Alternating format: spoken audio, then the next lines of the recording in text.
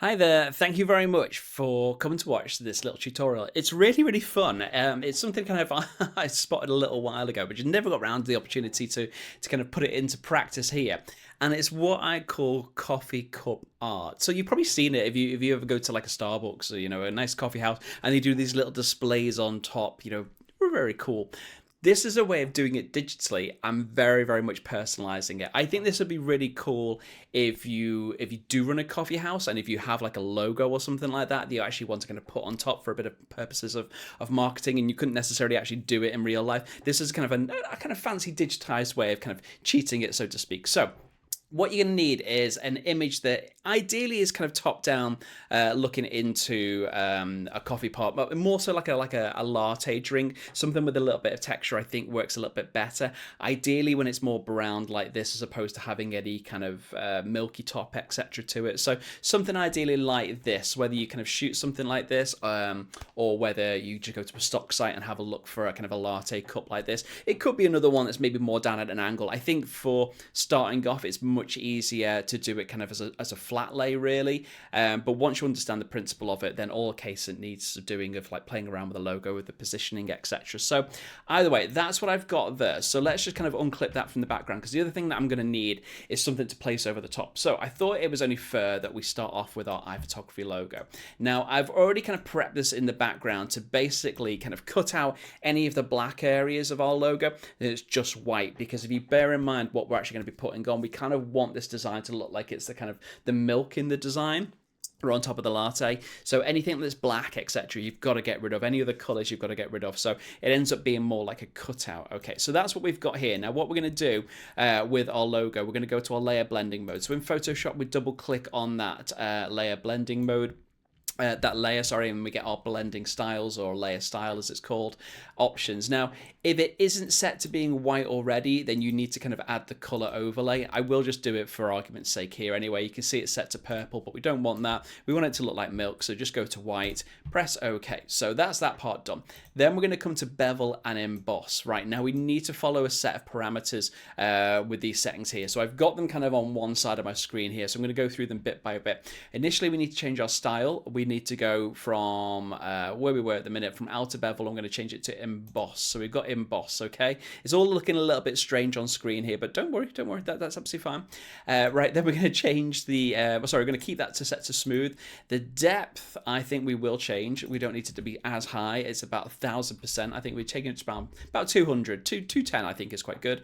With our size, let's take it to about 30, and then a softening effect to about 1. Okay, so for the angle, now this may change a little bit depending upon any strong and obvious lighting that's in your original shot, so kind of play around with this a little bit. But for this one, I'm going to go for 47 degrees and 37 degrees, so it's kind of coming in from the side a little bit.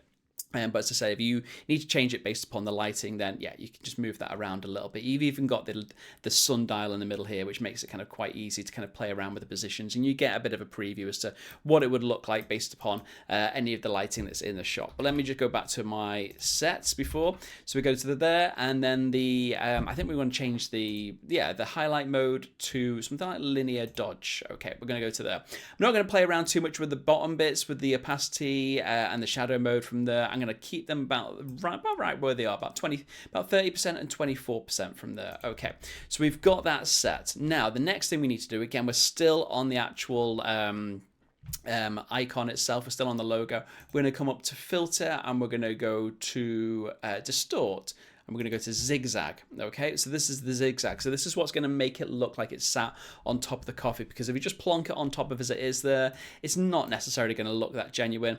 So we're just going to zoom out a little bit. It's a bit harder to see, but all I'm going to try and do is just keep the amount probably to about 10, and maybe bring the ridges up to around about 9. Again, it depends upon, if your coffee looks like it's sloshing around, etc. But otherwise, I'm going to keep it to about that.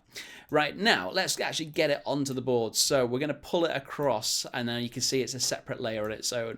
Now I'm going to make it smaller. So I'm going to bring in the edges that little bit more, kind of place it into the center a slight bit here. Now you can see there are some kind of stronger highlights. I maybe need to kind of get rid of some of the little bits, etc. around the edge there. So what I may do is just add a mask, make sure I've got a brush selected, and make sure that brush is set to black. And then, here we go. let's just try and bring that, or maybe it's actually set onto the opacity. Let's just, yeah, there we go. So where we were before, I've just gone back to the layer style, and I thought I was okay where it was at about 25%, but I'm going to bring that lower down. So that passes down to around about 9 or 10. Maybe about similar-ish with the shadow mode. So sometimes it's good just to kind of go back and check, etc., just so it blends in, or it looks like it kind of blends in a little bit better. Okay, so I'm a bit happier with that. Do we need to add maybe a bit more of a zigzag to it? I don't know if that's kind of coming through as obviously. So let's go back up to it a bit there. So that's a little bit better. That's coming. That looks a little bit more zigzaggy by pressing it onto there. Okay, so it's distorted it a slight bit from there. But if we come back out, okay, we could kind of argue it's kind of part of the style. Now, the one thing that's not really working for me in the minute is the fact that there's no kind of texture from the latte underneath, actually on top of the logo, so it doesn't really look like the milk. All right, I appreciate it's a little bit surreal to begin with, but I think we do need to blend it a little bit better. The one thing I'm going to do beforehand is actually just make our logo a little bit smaller. So we're going to come to Edit, and then we're going to go to Free Transform. Oops, we got ourselves, all selected there. And then we're just going to make our logo a little bit smaller, okay? And you'll see you'll see why shortly. And I'm just going to bring it a little bit more into the middle. I'm going to put it about there, making a nice kind of discreet, etc. Right, now what we need to do is just flatten our layers. So let's just go to our layer icons, our menu bar for the layers, and go to flatten. Then we're going to come over to our patch tool. Now with our patch tool, a lot of the times default, it's set to a new selection. Come a couple of icons over in the menu bar at the top, and we're going to go to subtract from selection. Keep the patch as normal and the that's set to the source, and put transparent on it as well. And then we're going to draw around our little logo. So we're going to try and do it fairly neatly. Okay, and then from there, we're going to now go on to select a new patch of the coffee. Now, this is why it's ideal to kind of do it a little bit smaller, because we need a bit of space to make sure that we've got enough to patch, which I think we're probably going to get around about here. We'll see. It may not be perfect. There we go. That's really good, and that's worked out quite nicely. So it's added some of the texture on top of the logo itself. It's not changed the positioning of it or anything like that. It has a little bit of distortion to it, which is absolutely great, and it works out really well. So I'm going to do it really quickly on the other side, because I figured, given that we're in Photoshop, I think it's only fair that we actually do the Photoshop logo as well. So let's just bring in the Photoshop logo. So we've got that here. Again, I've prepped it already, but obviously you can see it's not white, and I've just cut out the letters, the P and the S in the background. So to do with that, we're going to open up the layer style again. We're going to come up to the layer color overlay, make sure that's white. Then we're going to go to our bevel and emboss options. So we're going to go to emboss, make sure that's selected. Smoothness, what do we say? Our size maybe around about 30 or so. The softening is around about 1. Let's try and use the similar parameters that we had before for the other logo. I think we were 37 and 47, something like that, or 47 and 37, weren't we, in terms of the direction of the lighting. The linear dodge and the multiply will kind of keep them low, because we saw the issue of them before when they were that little bit higher. So we're okay with that. So we'll set them there. What we'll actually do, we'll drag our image, our logo, onto our coffee cup to begin with before we add the zigzag, okay? So we'll make it a little bit smaller, so again, we've got space to add in the patching a little bit shortly. Okay, so we've got that there. Let's just kind of hide some of these bits in the background here. Always better housekeeping, isn't it? Right, so we've got that set there. Oops, no, I made everything really, really big. There we go. Let's just clip it into that. Now let's add the zigzag. So we're going to come to filter. I'm going to go back to, you've always got the shortcut. You can go back to it again, but that applies all the exact same parameters or the same level of zigzag as it did to the other one. So I like to kind of go back to it and do it kind of brand new in a way, so I can kind of choose based upon the effect that I'd like.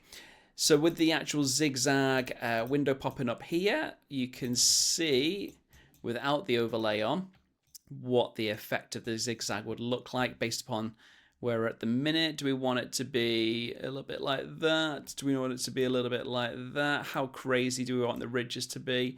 Let's see. Let's go for something like that. Okay, it's a little bit strange, but I like it. There we go. Right, so we'll make sure we're not too big, we're not too small. I think that's about right there.